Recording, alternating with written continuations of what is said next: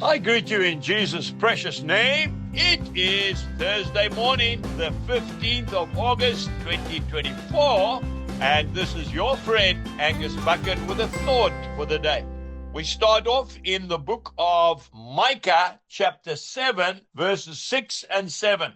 For son dishonors father, daughter rises against her mother, daughter-in-law against her mother-in-law. A man's enemies are the men of his own household. That is quite a tough scripture, isn't it? Verse 7, therefore I will look to the Lord. I will wait for the God of my salvation. My God will hear me. And then we go to Psalm 62, verse 5. My soul, wait thou silently for God alone, for my expectation is from him. You know, it's very unfair to put so much expectancy on our loved ones. And that's where the trouble comes in the home. You know, we must remember, our loved ones are only human like we are, and they shall disappoint us many times. You know, children at university failed the year. Devastation at home. Absolute devastation. But look at the situation before you judge your child. You don't know what they're going through at varsity. On the sports field, your son didn't get the gold medal. He only got the silver medal. My goodness me. Folks, what did we get? We didn't even make the team. And it's not a joke. In the business domain, just because your next door neighbor has bought a new motor car, don't put pressure on dad and say, why haven't we got one? Never compare your loved ones with other people.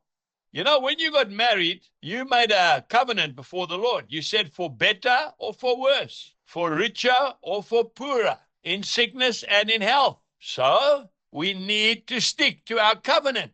So what's the solution? Well, the solution is found in Micah chapter 7 and verse 7. So we will trust the Lord. Put your expectancy on God, not on your children, not on your parents, not on your loved ones.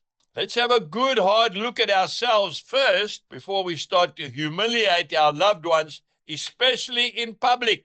I've seen it. Because a child doesn't get the first prize, the mother or the father humiliates that child in front of everybody else. Why didn't you do it? Well, Dad, Mom, I tried my best. That's not good enough. That is very painful indeed. Like the young man who had just become the world champion bull rider. I don't think there's a more dangerous sport on earth. And he ran up to his dad. Dad, I got it. I won it. I've got the prize. I've made the $1 million. And his dad turns around and says, yes, that's good, but let's see how long you can keep it. His son was absolutely devastated. Dad, Mom, when your child comes home and you look at that report and you see that he only got 95% this time, why didn't you get 98 like last time? Don't be foolish. We need to exercise more grace. Jesus bless you and have a wonderful day. Goodbye.